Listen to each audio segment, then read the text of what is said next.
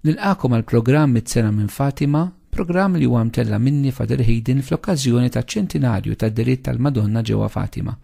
F'dawn il-programmi qegħdin nitkellmu dwar il-messaġġ tal-Madonna f'dawn id-diritt u kif nistgħu ngħixuhom fil-ħajja tagħna illum. Fil-katekiżi tagħna llum eżisti dwar il-ġrajiet tal-diritt tal-Madonna ġewwa Fatima, ħankomplu nirriflettu nikkummentaw propju fuq l-aħħar dera, ġifieri dik ta' 13 Ottubru tal-1917. Hemmhekk eżisti diġà bdejna nikkummentawha bil-mod il-mod, imma issa ħankomplu neħtlu anke ftit iktar f'dettalji. L-aħħar darba konna rajna propju il-bidu ta' din id-dera fejn anke il-Madonna terġa' darb'oħra tistaqsi t-tfal jistaqsihom xi jridu minnha u mbagħad titlobhom li trid kappella u knisja u spjegana s-sinifikat ħankomplu issa ftit id-dialogu. Hemm minnhom li huwa messaġġ li hu importanti għax nistgħu ngħidu huwa l-aħħar messaġġ verbali bil-kliem illi l-Madonna tagħti ġewwa Fatima. Id-dispjaċuta tikteb Luċija fit-tifkiriet tagħha, il-Madonna qalet toffendux aktar il-mulej Alla tagħna għax hu ġa offiż ħafna. Kieku Fatima kien eżisti nieħdu dis-sentenza biss u nimmeditawha fil-profond tagħha. Allura diġà neħtlu f'ħafna fil-mixja tal-ħajja tagħna. Hija tema li deret f'diversi drabi. Tema li forsi aħna ma tantx nirriflettuha. Dil-kelma toffendux lil Alla insibu l-eku tagħha wkoll fil-katekiżmu tal-Knisja meta tiddefinixxi dnub bħala offiża lil Alla. Mela meta il-messaġġ tal-Madonna qed jgħidilna toffendux iktar lil Alla, jiġifieri tagħmlux iktar dnubiet. Jekk iridu ngħiduha b'mod sempliċi u b'mod li jinftiem, dak li qed tgħidilna tagħmlux aktar dnubiet. Tagħmlux aktar dnubiet. Hekk hija xi ħaġa li għandna bżonn nirriflettu ħafna fuqha.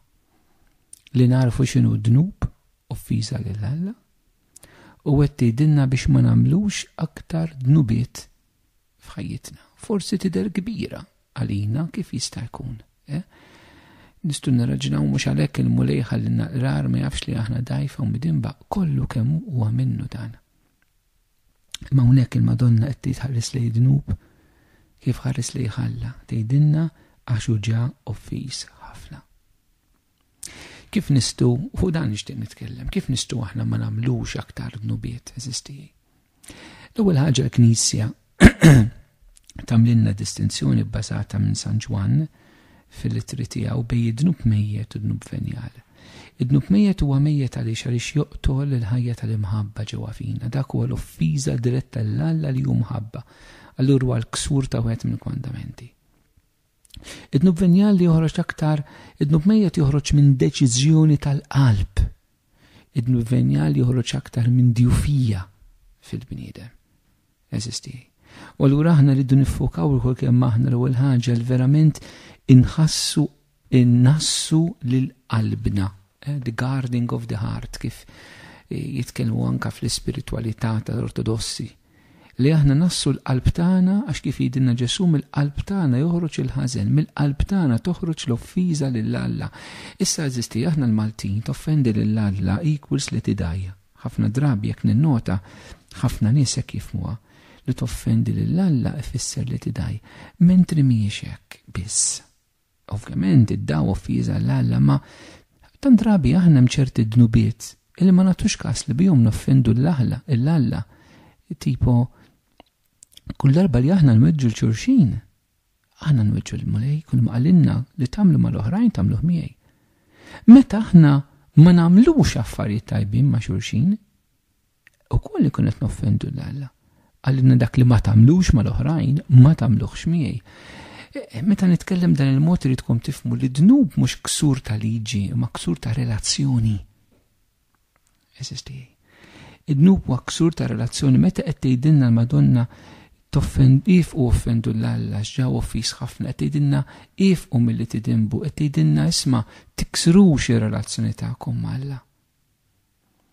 Dan huwa lingwaġġ li jifhmuh biss il-maħbubin, għax min-naħa tagħna aħna ngħidu dnibna irrejna u komplejna.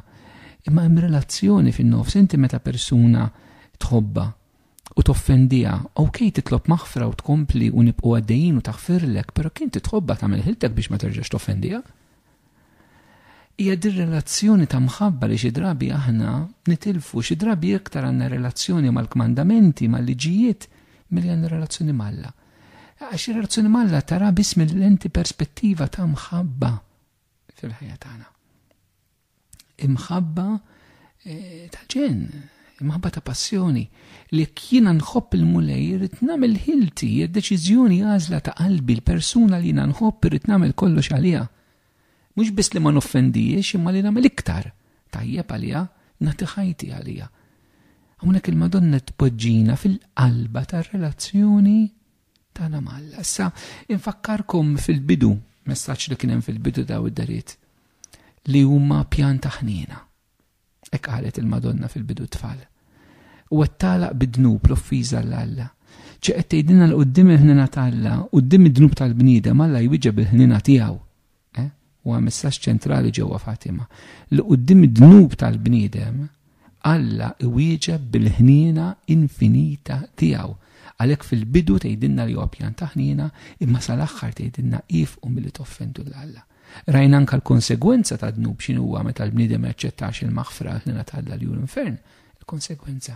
Ma l-Madonna fl-aħħar tagħmlilna karba, hija karba ta' hija karba ta' persuna li verament tħobb l-Alla.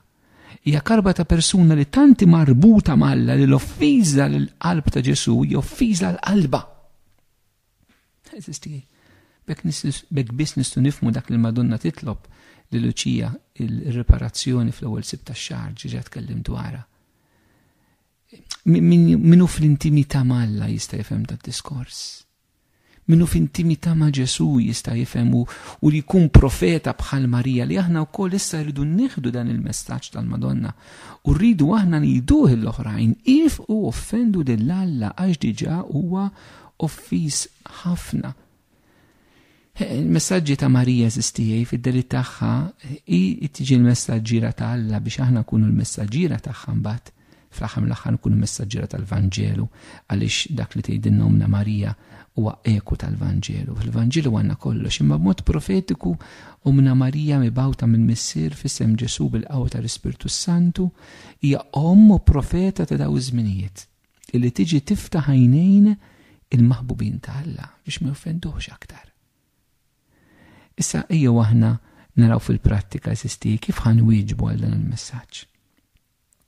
Ejjew ukoll kemm aħna noħdu bis-serjetà eżami ta' kuxjenza. Ejjew naraw bis-serjetà fiex aħna qegħdin nonqsu. Qegħdin naħarbu l-okkażjoni ta' dnub jew nilagħbu man-nar u mbagħad ninkwitaw li nħarqu. Qed niġġieldu biex ma nidinbux jew inġielu ta' malajr.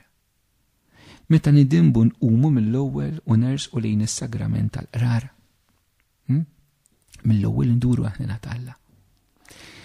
Nitolbu nmulejtina l-qawwa tal-Ispirtu Santu biex jgħinna ma nidinbux. Nersqu għall-Ewkaristija anka biex nirċievu din il-grazzja jew naħdu kollox for granted, il-qrar for granted, il-tqalbin for granted, it-talb for granted, ma nitqabdux ma t-taqbiliet li għandna bżonn quddiem id-dnub tagħna. Eżisti, dawn huma realtajiet li aħna jekk iridu nħobbu l-Alla bis-serjetà, irridu noħduhom b'ħafna serjetà. Għax ma min tħobb ma tiċċajtax bil-weġat. U forsi aħna ma nagħtux każ li d-dnub huwa ferita fil-qalb ta' Alla. Simbolizzata fil-kustat minn fuq ta' Kristu. Alla mhuwiex hekk isu ma jħoss xejn tafux.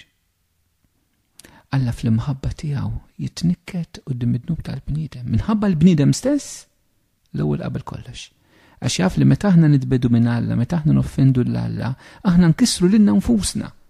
Alla iħobbna, Alla ħanuża kliem li tifhmuni weġġa meta aħna nidinbu l-ewwel qabel kollox minħabba fina stess. mhux maħabba fih l-ewwel kollox, maħabba fina stess. Għax jaf li meta aħna nidimbu, meta aħna noffendu lilu, aħna qed ninqataw mill-lajn tal-ilmaġiri. Kif jgħidilna fil-profeta Ġermija, tlaqtu lili għajn tal-ilmaġiri u ħaffirtu bjar oħra, li ma jagħtukomx tixorbu. Alla jħobbu wisq il-bniedem. Alla meta jara l-bniedem joffendi l-Alla, jaf li l-bniedem stess ħajjaqret lilu nnifsu. Għax Alla jaf li l-bniedem mingħajr Alla ma jistax ikun bniedem, ma jistax jisib l-iskop ta' ħajtu, ma jistax jgħix fil-verità. Għalhekk eżistijaj. Aħna rridu nħiddu kollu b'serjetà kbira. Nirringrazzjaw minn qalb l-Omna Marija li tiftilna għajnejna, però anke aħna rridu niftħu għajnej xulxin. L-ewwel bl-eżempju bit-talb u bil-kelma, b'daw it-tlieta. Bit-talb eżistijaj nitolbu għall-konverżjoni tal-medinbin u bit-pattija dnubit li jsiru. Il-konverżjoni personali tagħna li toħroġ fl-eżempju eżistijaj li aħna li donatu li ma neħtlux f'ċirku ta' dnub, fi ħbiberiji ta' dnub, f'attivitajiet ta' dnub.